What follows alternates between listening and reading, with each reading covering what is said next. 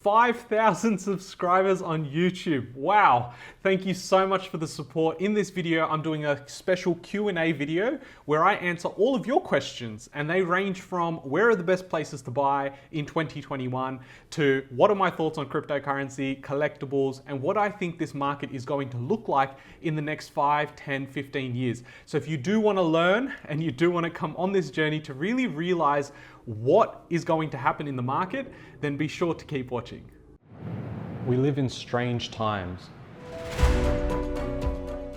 Australian housing bubble, RBA interest rates cut again, stamp duty cuts, first home buyer scheme. It's a confusing story.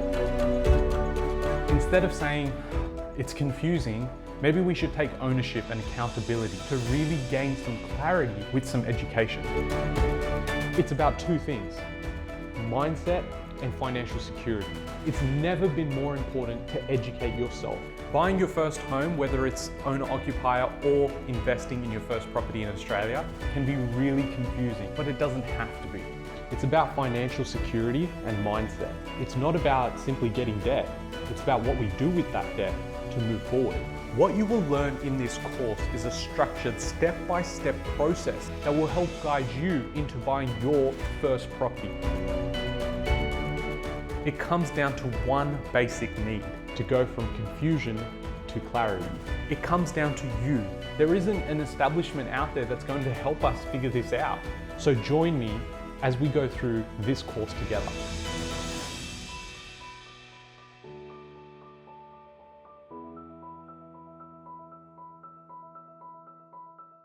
Hey guys, my name's Ravi Sharma and I am the founder and buyer's agent here at Search Property. Thank you so much for joining me on yet another episode of Search Property TV. If you're new here, smash that subscribe button. If you do like this content, we're talking about real estate, passive income, and financial freedom, then be sure to keep watching as we go on this journey together. Now, before we continue, you will find some timestamps down below. They're almost like chapters in the video. This could be a lengthy video, and I want you to take as much value as you can. So yes, I would advise that you watch all the way through, because there are little nuggets that I drop here and there throughout this video that could really benefit you. It could be something that really sparks that next thought. So what I say is keep it running in the background, consume it as you may, but I do think there is a lot of value. But if you do not want to listen or not want to know about certain things, there is timestamps below, so you can just go straight to the parts that you really like. But I do advise you watch everything. So guys, let's jump into the questions. Question 1.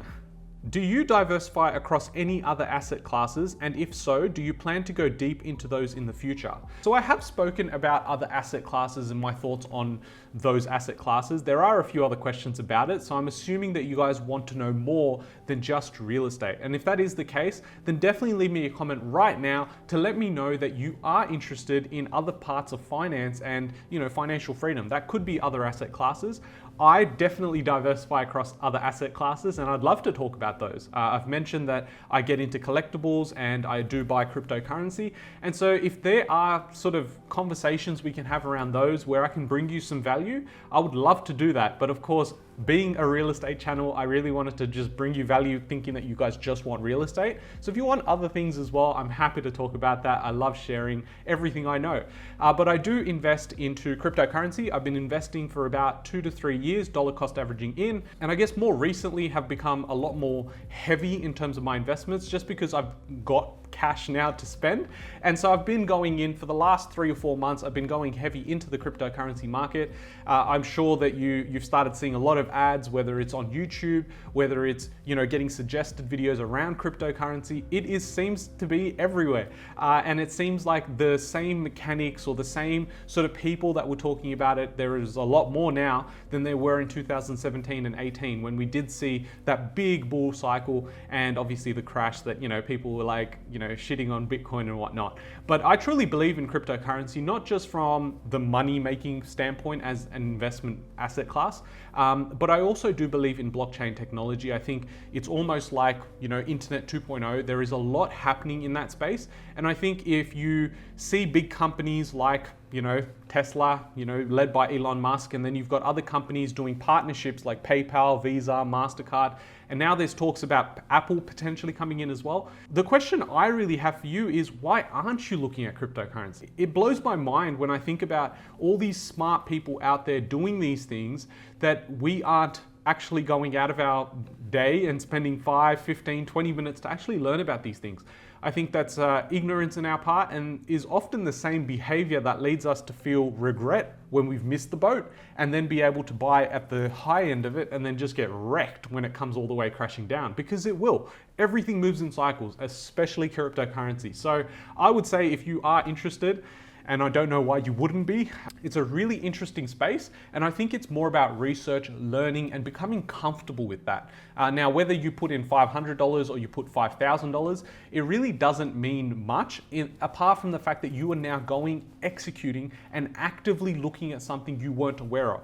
It's these sort of principles that have guided me in the last 4 years to get to where I am, and will continue to allow me to develop not only my investing portfolio, but my mind, guys, my mind.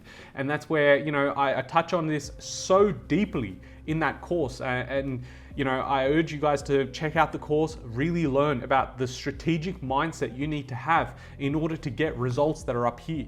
We're not interested in average. We're not interested in below average. We're interested in how do we get there in the most efficient way possible. Where I'm not having to sit there, eat tuna cans because I can't afford to have a lifestyle. I'm saying you can have the lifestyle and you can still get substantial results. But it all starts with the mindset. And if you aren't willing to spend a couple of $100 on a course, or whether that's investing time into learning something, then you've already lost. Too many of people are focusing on the upfront cost. What you've got to look at is the long tail result of doing exactly that.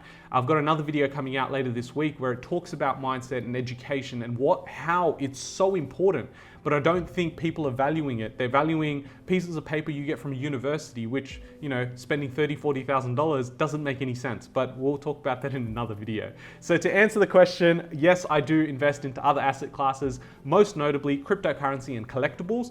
Most people that follow me on Instagram already know this, that I am very big on not only Pokemon cards, but I'm also very invested into Dragon Ball Super cards. So many people don't know what that is, but I will talk about it. I've got another question that comes up about this, but I do diversify. How would you recommend to start investing while at university if you think it is at all possible? I think it's very much possible. I think it comes down to what sort of investing you're looking at. Now, I'm assuming the question is more geared towards real estate investing. And of course, with real estate, we need that large upfront capital. But what we don't want to do is go into something like that without a strategy, without a mindset of knowing what we want to achieve from this. Everything you ever buy, right? At least for me, and of course this is not financial advice, but for me, when I approach an asset, when I approach any purchase, I need to look at the cost benefit, risk versus reward, and I also want to know what my exit strategy looks like. Believe it or not, when I purchase property, I don't just go, I'm going to buy, sit and hold for the next 30, 40 years. No, I have a plan, and that plan gets updated weekly, and sometimes it's more so monthly, right? When things aren't moving as quickly. In a market like today, I'm viewing my goals, I'm changing up my plans almost weekly now, and I continue to revise, develop, and adapt, and that's how I'm able to get some substantial results. So when I talk about, investing while you're at uni, well, the biggest factor you're going to be faced with is the fact that you don't have full-time income. Now, with full-time income, that allows you to get a loan, and that loan allows you to purchase an asset. Now, for most people that are sitting at uni, or, I'm generalizing here, but anyone from 20 to 30 thinks that there is only one way of investing, and that's in their backyard. Looking at capital cities, whether that's Melbourne, Sydney, Brisbane, you're like, well, how am I supposed to afford a 500, 600K investment when I can't even save 20% for that? Well, you already know you only need 10%. In some cases, you need 5%. If you're a first home buyer, you've got grants available, you've got stamp duty exemptions, and you don't have to look at a capital city. And so this is the sort of stuff that is really testing the knowledge bank around the people that you hang out with. And so obviously with this channel, I sort of hope that I can be that fifth person in your group of people that you listen to, or voices you listen to. I'm sure you've heard that saying that the average of the 5 people you hang out with. So I'm hoping this channel, myself, I'm the fifth person in that group, and I really hope that it allows you to start questioning the system, not so much just accepting what is, When you're at university, you're really looking at, okay, I've got to get good grades and get out and then secure a job. But what I'd be looking at is try and figure out what you like. This is the time where you can taste. This is the time where you have so much time, you should really be learning about different things. I know that during uni, I probably took it a different approach where I basically went to uni only for the tutorials that were mandatory. And for me, if I was doing 4 or 5 subjects in the semester, I would literally attend 3 hours of uni a week. Now, I did quite well at uni, but that was because I understood the system. The system was flawed. You just knew the syllabus, you learn stuff, you memorize it, and you get out. For me, it was more important about working. I wanted to work because then I had money to spend on, going out and doing other things.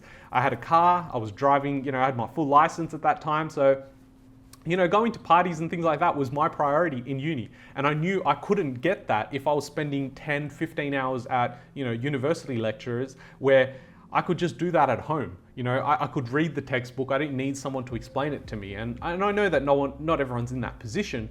But what I'm trying to say is while at uni, while you have the time, and most people will say this, I'm now I started uni about 9 years ago. And so when I look back and I say, well, I had so much time. Now, obviously, you have more responsibilities, you're looking after more things, and so that time becomes smaller in the day and things move a lot quicker. I'm sure a lot of you guys can relate that it doesn't get easier from there.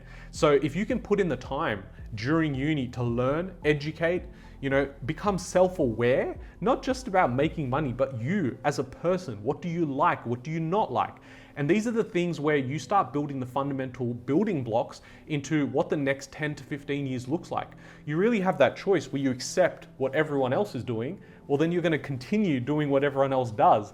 And everyone's just at a different pace. I knew very early on that I wanted to test things, I wanted to try things, and I had so many jobs during uni as well as after uni, but it was really about trying to learn about myself in different situations. And my thing would be, instead of looking at investing into real estate, which requires such a large capital, I would be more looking at investing in yourself, investing in your education. And I'm not talking about, going into a lecture and learning about that shit. I'm saying, yes, that's important if that's important to you to get that paper, but I'd be saying outside of that, YouTube is a brilliant source, might be why you're here, but a brilliant resource to learn about other things. I don't look at something when someone says, you should invest in here, or have you seen this? And if I haven't, my automatic thought is not, oh, that's a bubble. No, I don't understand that. That's a load of shit. No, my approach is, okay, cool. I don't know anything about that space. Please tell me what your thoughts are. And then I'll go home that evening or that weekend and I'll try and learn as much as I can. If it interests me, I'll continue down the rabbit hole. If it doesn't, I'll simply move on and, don't think about it again. We know investing in property is going to change over the next 10 years. What strategies do you see becoming more popular so we can continue to grow our portfolios? This is fantastic in terms of the question itself, the thought process around it. I honestly think the dynamics of real estate investing is going to change forever. This is the phase that it changes, and I don't say it to get people to FOMO in. I don't get hype up people and whatnot to act now. I truly believe that in the next 2 to 3 years we have significant change, and then from the 3 to 5 year mark is the people that made those choices and those actions count during this phase are really going to benefit from it. The biggest hack for the majority of people is going to be rent investing. Now, obviously some people want to be house proud, they want to have certainty around having their own house, but I truly believe that if you understand the back end of finance, of how to get loans, how to actually build a property portfolio, it's rent vesting. And I talk about it in some detail on my channel, and you should definitely go check out those videos. But I honestly think it's the biggest hack towards getting financially free. There is no way, if I had gone out and purchased a $1 million property as my third property in Sydney so that I could live in there, would I be able to build a portfolio that gives me so much choice? It takes away all of the choice that you're trying to accumulate with a property portfolio and financial freedom. And so for me, I think the rent vesting will be the only way that we create wealth long term. And I'm saying substantial wealth that will allow you to retire early and live life on your terms. But when I see in the next 10 years is we will change from being able to purchase houses, okay? And I know this sounds silly, but bear with me here for a second. I don't think we will be in a society, now whether this happens in 10 years or 25 years, but I truly believe that we will not be able to purchase homes just on its own. I think we're going to be able to purchase fragments of homes, very much like the stock market. You don't go out there and you just buy a company, right? You're going to buy parts of a company, a share in a company. And I think that is where we're headed, purely because affordability is something that is not on the agenda for the government. And to a certain extent, you can see why. And now we're seeing it play out with massive levels of asset price inflation that will kick in the next 5 to 10 years. I think that's where the opportunity lies if you're able to act at the right time. It's almost like, you could pick the right asset at the wrong time. Now it's about picking the right asset at the right time and really ramping up that sort of growth process.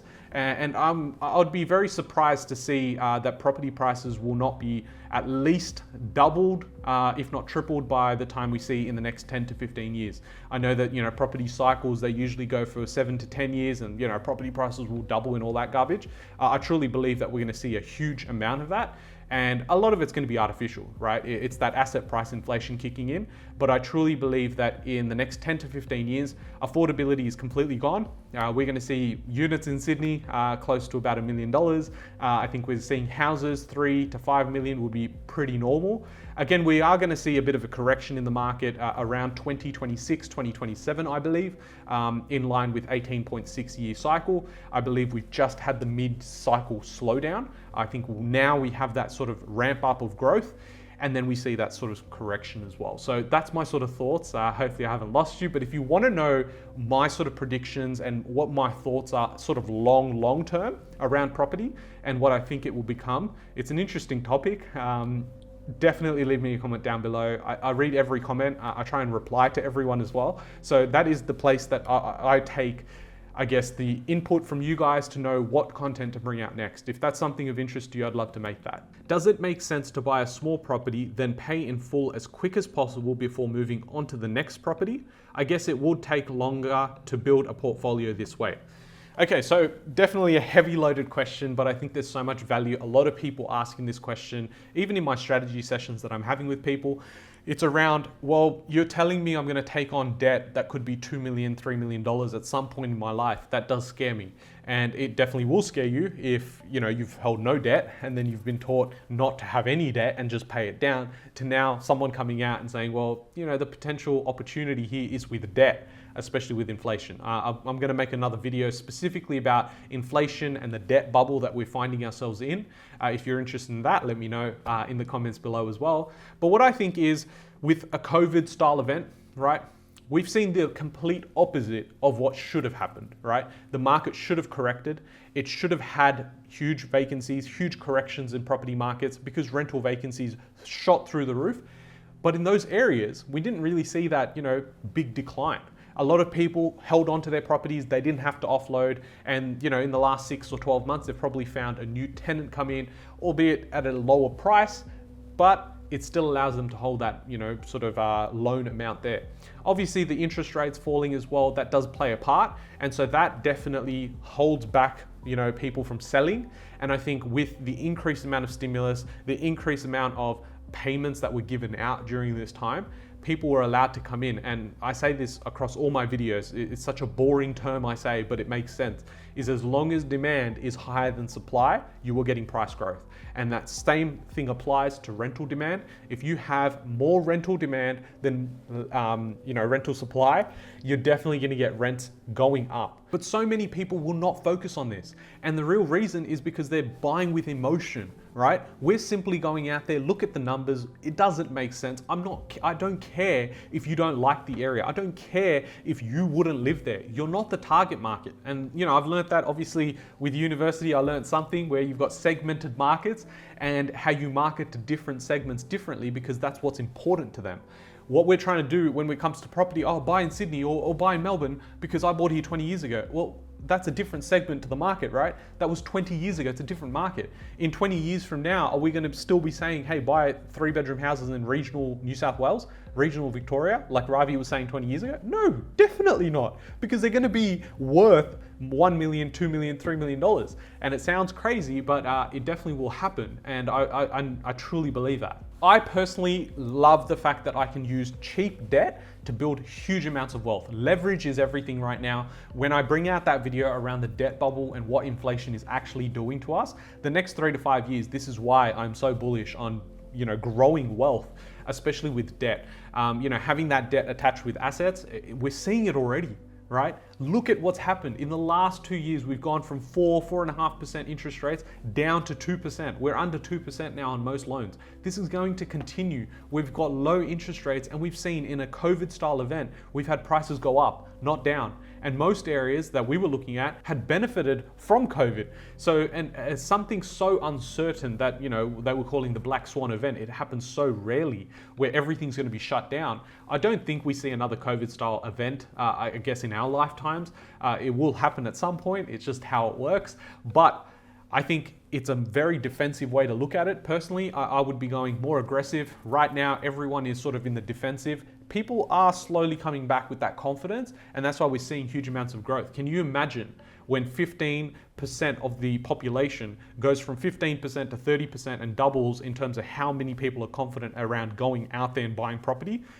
I think that's when we're going to see some huge, staggering numbers. What are your future predictions for property prices, crypto, and Pokemon cards? I think we are very early in where we are at with all cycles, right? When we're talking about cryptocurrency, I think, based on historical data and patterns, I believe that we're gonna have that big correction, the end to the bull cycle, probably later this year, towards, I would say, Q3, Q4. It is at this point I'll start taking some profits. I believe, throughout the year, if I've got a target, I've got an exit strategy, as I've said, you've got to have an exit strategy. I've already got that planned out, and I change it, I adapt every week, and it allows me to stay clear in terms of my direction, what I want to do with that money when it gets to that target. So for me, I think September, October seems like the likelihood of things recorrecting or correcting themselves. So I think anywhere from about July to August, I'm going to start looking at my position daily and start taking some profits. When it comes to Pokemon cards, obviously 25th anniversary, I like to talk about Pokemon cards, and then I'll talk about Dragon Ball because it's less known. With Pokemon cards, we've seen it around for 25 years. Huge factor in where prices will be are people like Logan Paul coming out, obviously doing a live stream next week, I believe. I'm not sure when you're watching this, so Feb 27th, and that's Pokemon Day. It's when Pokemon got created 25 years ago in Japanese, and then obviously in English it came out a few years later in 1999. What I see happening is that is our modern day version of art. And a lot of us that look back and say, well, people were spending $15-20 million on art that they would never actually put in their houses. They would put in, storage and security facilities, and it just appreciated in value. That's the same way I see Pokemon cards, I see trading cards in general, and I think a lot of people are now jumping on. They've realized that Pokemon cards done it. They've gone out and they're buying Digimon cards. They're looking at, other sort of TCG sort of brands as well. Flesh and Blood, Magic the Gathering's always had its following. And I think when you get into Dragon Ball Super cards, that's where I think the huge potential this year. So I've been going heavy onto that. I personally like Dragon Ball anyway. When I was growing up as a kid, that was more nostalgic for me. When I'm opening these cards up, yes, there are different characters, yes, but you've still got the core characters, Goku, Vegeta, Gohan, Piccolo. These guys are still around, and I think what the space is doing, Bandai, the company itself, they've really just tapped into a really good secondary market by not having these reprints either. So the real value there, where you've got cards already at $15,000, $20,000, this is something that you might go, what are you talking about? Like, Pokemon cards, Charizard was the big thing. Now we've got cards in a Dragon Ball Super, TCG, which I've never even heard of. You're telling me there's cards already at $15,000, $20,000? Yeah, I am. It's a wild world out there. And that's why I say, keep asking the questions. Seek. Try and taste everything so that you understand what you like, what you don't like. You might become a professional flipper, I don't know. But in terms of property prices, where I see that happening, I think most places in Australia will have average growth, which I think this year will be anywhere from about 5 to 10%, purely based on the fact that our value of our fiat currency is dropping. Well, when I see areas that we're looking at, I would not be surprised if we see at the end of the year in excess of 20% growth, capital growth in these areas. And it sounds crazy, but I'm gonna love bringing this video out in 12 months time when we look at those numbers that actually come out. I think 15 to 20% is very, very possible across most markets that we're looking at. And that's why we are so busy at the moment and looking at researching, also trying to get supply. That's the big concern here. There's such low stock, and that's why we really want to get in there and help clients out. If I buy a property with you as my buyer's agent, how long after would I need to wait till I can use the equity to buy another property? So I think this applies not just with us as your buyer's agent, it could be other buyer's agents or you doing it yourself. Most banks like to have 3 to 6 months before you go in and get another revaluation. Because they have that valuation from when you purchased it, and that becomes valid for 3 to 6 months. Most banks are at 6 months, and so what you want to do is, if you are buying under market value, you still want to give it at least some time before you go in and try and get a valuation.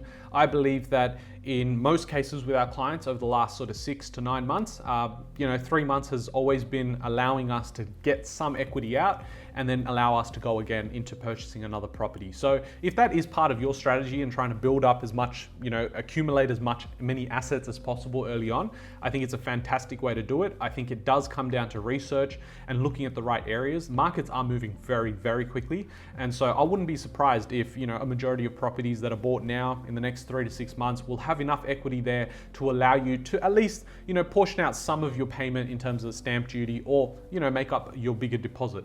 Of course, it comes down to case by case in terms of what properties you purchase. Some properties are not purchased for capital growth. That's not the intention. If you are a client that requires some more cash flow, then we would look at cash flow specific properties where, that hits that objective. And this is something that, I've mentioned in a video before, where you need both cash flow and capital growth. As much as I say cash flow and rent is important because that's what you're going to retire on, you need capital growth as well, because that growth allows you to keep moving very quickly and more efficiently throughout the market to build your portfolio. So I think 3 to 6 months is an adequate time to get out some equity. Do you recommend using an accountant for your tax returns, especially when you have an investment property? What expenses are tax deductible with an investment property? This is a great question. Often people overlook the fact that, I've purchased a property, it's all well and good, I know what the bank is doing, I've got my loan, but then when it comes to tax time, it gets a bit all confusing. I do cover this extensively as well in a complete module on my course itself, but I truly believe in paying for expertise. I'm not just saying that because I'm a buyer's agent. I truly became a buyer's agent because I knew there was a service for it. People needed it. I saw so many friends and still continue to see them, family, friends, and friends that have just gotten wrecked thinking that these properties will grow because emotionally they were so invested into this purchase. It makes no sense. And so that's why expert advice sometimes is the best option. I think do your due diligence, meet with a few accountants, few buyer's agents, few loan brokers, and really understand who is looking after your needs, who's in here for a different purpose. Do they have a hidden agenda? Are they someone you could trust? Are they someone you could talk to on a regular basis and not feel uncomfortable doing so, right? So this is where I think if you are going to go and get an accountant, find one that you actually get along with. Find someone that's actually going to be responsive and someone that, I prefer someone young, someone who's actually motivated to keep going and looking for business, but also trying to grow their business. I think there are people in the industry, I've come across a few that are a bit more complacent. They've done what they've needed to do. They've got their own thing. But if their intentions are there to continue helping, much like myself, if you've got a portion of wealth and you've built that machine, I don't need to be pushing as much as I need to on my business. And that's not from a financial standpoint. I do it because I want to help as much as I can. And that's why I bring out these videos. So I truly believe you should get an accountant. They do provide you so much value. A really good one does. And when it comes to tax deductible, well, it's all expenses. You've got interest repayments, not the principal portion. So just interest repayments. You've got other costs like your council rates, water rates, insurance, property management fees, some repairs and things like that. So an accountant will be able to guide you through that process so that you can maximize how much you're making. A very simple calculation is like, if you're paying $500 to an accountant and he manages to save you an extra $1,000 or get a tax refund of $1,000, that makes sense, right? It's 500 you put in and you got 1,000 back. Makes sense. A buyer's agent comes in and they charge you 15K for finding the property. Well, if it grows by 10% that year and it's a 300K property where you made $30,000, is it a property you would have ever purchased? Probably not. You don't even know the area, right? So that's where you got to look at the cost benefit and look more at the results. Don't get too caught up on the front end of it. Think about the long-term results. What are your favorite cryptocurrencies? So I'm very bullish on the decentralized finance area. So coins like Ethereum, Polkadot, Chainlink, Aave, these are the sort of coins that I'm in, and I do prefer having a mixed bag. I don't believe in going all in to one, because Bitcoin is everything. I think you've got to look at markets. I think you've got to look at your own strategy and you've got to look at your exit plan, right? Am I going to sit there and just hodl or, continue holding Bitcoin and that's the only one I believe in? I think it's a percentages game. I'm in there. I believe in the technology, but I also know what sort of value I need to get out of cryptocurrency. And so I will be looking at selling a portion of that wealth in this coming year, those assets. So in terms of the ones I like, I think I'm very big on Ethereum. I love Cardano. It's probably my biggest holding, and I've been holding it for a couple of years. So you can imagine how excited I am with especially what news is coming through later this year and what sort of predictions are coming through. I like to stay grounded in terms of, when some people come out, it's like Cardano is going to go to $20 or $10. For me, I think I've got a number in mind.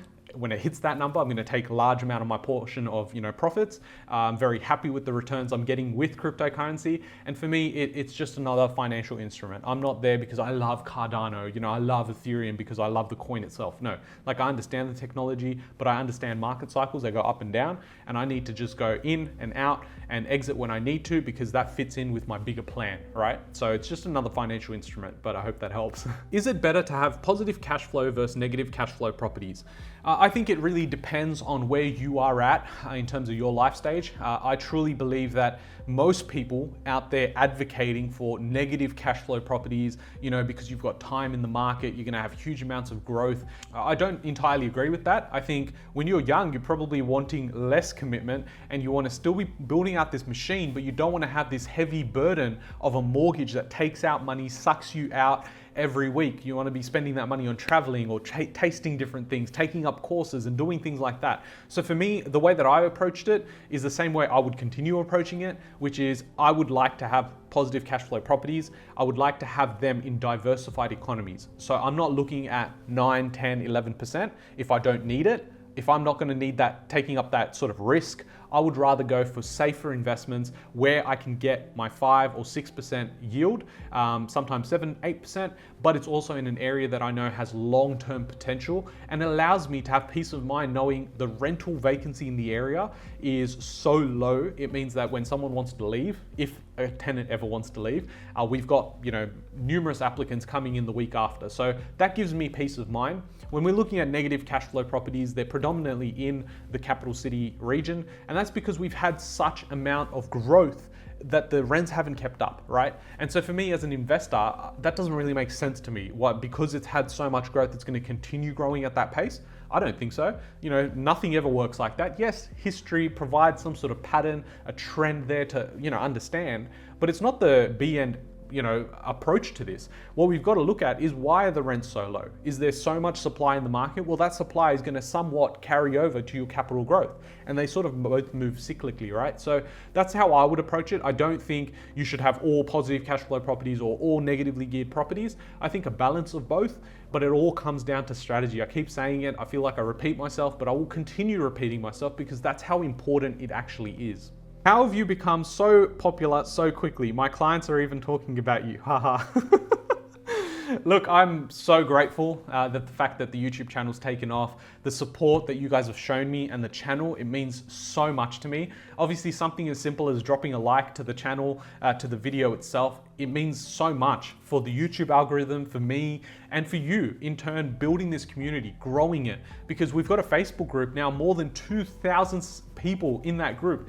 2,000 members. Can you believe that? Like in a space of a couple of months. So to build that community, it's not just me doing it, it's you guys. And so collectively, if we build this environment where more and more people can get educated, start helping themselves, I want you to make money, right? I want you to become financially free. Everyone's got different goals. I'm not here to judge. If you want to make $30,000 a year and you're going to live comfortably, or you want to make $2 million a year and live comfortably, that's completely up to you. But I just want more happier people out there. And that's why I created the channel. I created the Facebook group, and it's been amazing, right? So I'm humbled by the fact that some people out there are talking about the channel, and they think that I'm popular. I'm going to start blushing. But essentially, knowing that I'm doing something that is good, is trying to help people, and that there's value out there that I'm putting out at scale really does make me happy. So I do appreciate it. And again, I'm super grateful for it. I find that putting out good in the world, putting out my positivity, and the fact is that if I know something that other people can benefit from, I think that it's just essential to put it out, right? Now, 12 months ago, I've probably got 5 people watching. Now I've got a few more watching. And I think moving forward, as I continue on this journey with you guys, with your help, we can get this to more people. And that in turn will lead to a happier workplace, a happier environment around yourself at home, more conversations around taboo topics like finance and personal finance. I think everyone should be discussing it just as openly as they talk about, what sports they were watching. Why aren't we helping each other to grow? At the end of the day, you don't affect my goals, or you don't affect someone else's goals. Together we can work and actually go towards financial freedom together, create that community, and collectively get there. So I do appreciate all the support. If you've watched all the way through, honestly, kudos to you. I do appreciate it. I think there is so much value out there on YouTube anyway, but what I value most is your time. And so I try and bring out videos that bring you the maximum amount of value. And so if you have stuck around, I appreciate it. Thank you so much. Definitely leave me a comment down below if you would like to see a particular video or a topic that you would like me to cover. I will definitely do so. I read all my comments and respond as well. So again, without sort of plugging in anything else, I do want to say heartfelt thank you for the 5,000 subscribers. I think this is just the start of our journey together, and I really hope that we can work together to grow a happier community. I'll catch you guys in the next video. Thanks, guys.